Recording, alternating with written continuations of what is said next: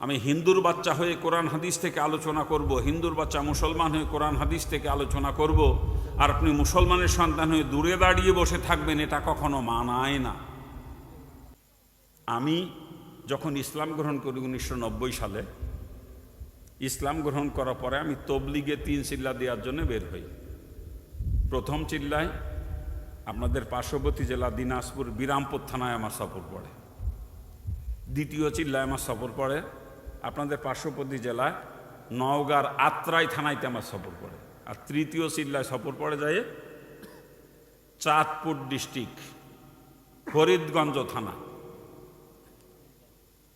Chandpur district Faridganj থানা। যখন ফরিদগঞ্জ থানায় জামাত নিয়ে গেছি, আমারে ওই 2 চিল্লার পর তৃতীয় চিল্লায় আমার জামাতের জিম্মাদার বানাই দিয়েছে কাকরাইল থেকে মুরব্বীরা, আমারে জামাতের আমির বানাই দিয়েছে। জামাত নিয়ে গেছি, যাওয়ার পরে যেই মসজিদে প্রথমে উঠছি, ওই মসজিদে আমাদেরকে থাকতে দিবে না। ওরা কয় মসজিদ থাকা খাওয়ার জায়গা না, মসজিদ ইবাদতের জায়গা। আপনারা এখানে নামাজ কালাম পড়তে পারবেন, কিন্তু এখানে থাকতে পারবেন না, মসজিদে খাইতে পারবেন না। আমাদের গাট্টি বুসকা মসজিদ থেকে বের করে দিল। মসজিদের সামনে একটা বট গাছ আছে, বট গাছের গোড়ায় গাট্টি বুসকা সব জমা করে রাখলাম। জুম্মার দিন সাথীদেরকে বললাম সবাই গোসল করেন, গোসল করে জুম্মার জন্যই তৈরি হন। জুম্মার নামাজ পড়তে যখন মসজিদে ঢুকছি, ইমাম সাহেব বয়ান করছে জুম্মার আগে। বয়ানের ভিতরে এটাই মূল কথাই তার আজকে, ওইটা নিয়ে যে মসজিদ থাকা খাওয়ার জায়গা না, মসজিদ থাকা খাওয়ার জায়গা না, মসজিদ ইবাদতের জায়গা।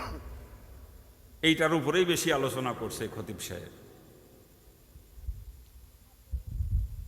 জুম্মার 2 রাকাত ফরজ নামাজ শেষ, সালাম ফিরাইছে। সালাম ফিরানোর পরে আমি এক সাথীকে কানে কানে বলে দিছি, তুমি উঠে এলান করে দাও যে আপনার নও মুসলিম আছে আপনাদের মাঝে, উনি কিছু কথা বলবেন, আপনারা বাকি নামাজ পড়ে সবাই একটু বসবেন।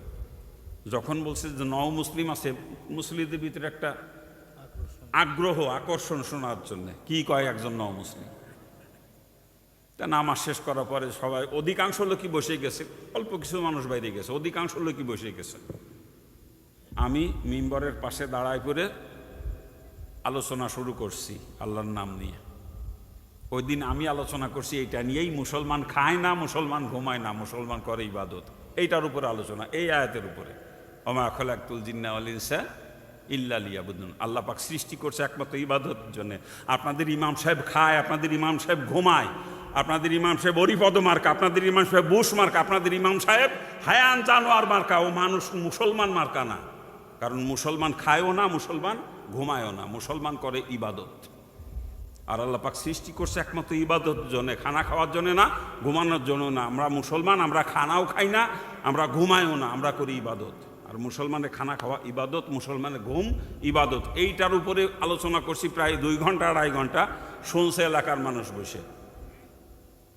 আল্লাহর কি রহমত, বয়ান শেষ করছি, ইমাম সাহেব উঠে আমার জড়ায় দোষে কয়, ভাই আমার মাফ করে দেন, আমি বুঝি নাই এতদিন, আমি বুঝি নাই কোরআনের এই আয়াত তো আমি বহু পড়ছি জীবনে, এর তফসির পড়ছি, ছাত্রদেরকে পড়াই, কিন্তু আমি আসলে ভিতর থেকে বোঝার চেষ্টা করি নাই, বুঝি নাই।